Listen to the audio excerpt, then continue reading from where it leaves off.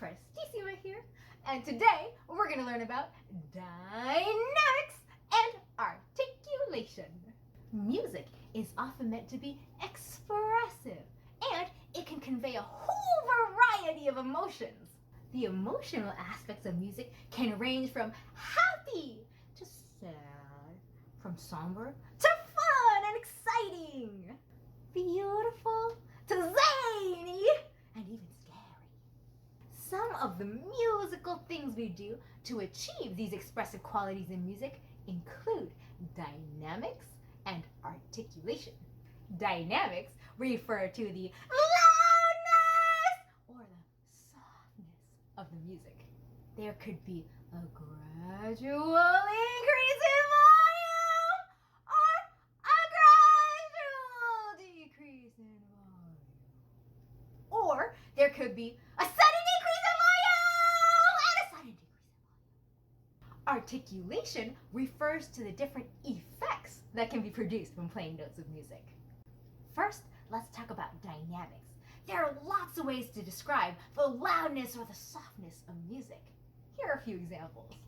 We can describe a range from very soft to very loud. Remember, many of our musical terms are in Italian because our Western notation and tradition started in Europe and Italy. Piano means soft. It actually means soft in Italian, and it's represented by the letter P. Forte means loud, and it actually does mean loud in Italian, and that's going to be represented by the letter F. Remember, early pianos were called pianofortes or forte pianos because they could play loud and soft. Later on, we shortened it to piano, and now we call them pianos. Okay, then there's very soft, right? How would you say that? We have two P's, or pianissimo. In Italian, that means very soft. And so they're going to put two P's so you know it's extra soft. Then you have medium soft. In Italian, medium is mezzo. So we have mezzo piano. And how do you think we write that? MP, right? Now let's look at very loud. We have loud, but there's even louder. We call that fortissimo. That's Italian for very loud. And we're going to put two F's to show that it's extra loud. Italians have mezzo, remember? And we're just going to put that in front of forte. Mezzo forte. And so we'll write that as MF. In addition, we can also describe music as getting louder and getting softer. The term used to describe getting louder is crescendo. Ooh, that's a fun word. Crescendo. And they're often going to abbreviate it with just the first part. C-R-E-S-C and then a period. Now, we also have gradually getting softer, right? We have two terms for that. One is decrescendo and one is diminuendo. Diminuendo is such a fun word. Now that's going to be also abbreviated as D-I-M period. And then decrescendo is going to be abbreviated D-E and then C-R-E-S-C period. Kind of like crescendo, but the opposite, decrescendo.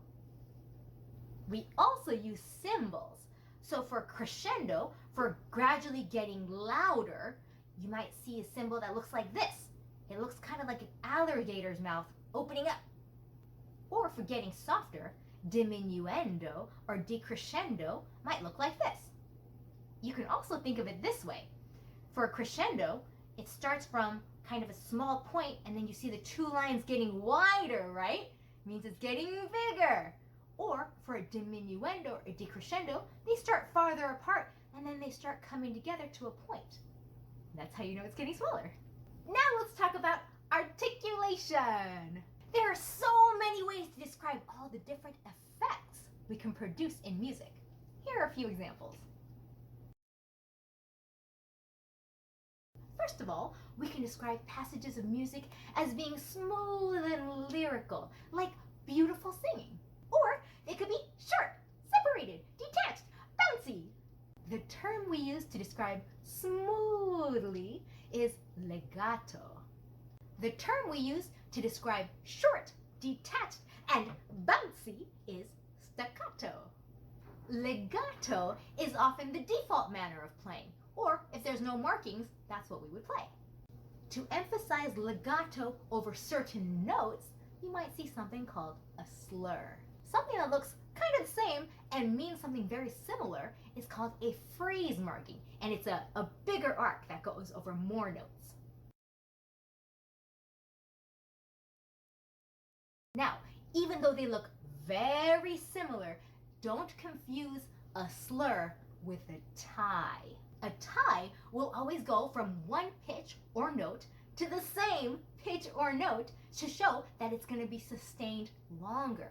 Now, a slur will always go from one note to a different note or a different set of notes to show that you're going to play smoothly or legato.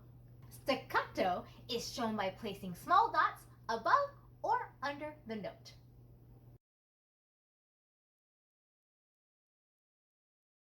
Sometimes a composer wants notes to be accented, or they want them to be played a little louder or a little stronger than the other ones.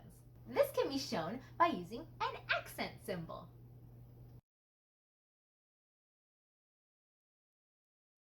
The next few songs we learn are going to have some fun dynamics and articulations in them. So today, we learned about dynamics and articulations. Can't wait till our next few songs where we're going to practice all the dynamics with forte and piano and staccato and legato. So, I will see you next time. Prestissima out!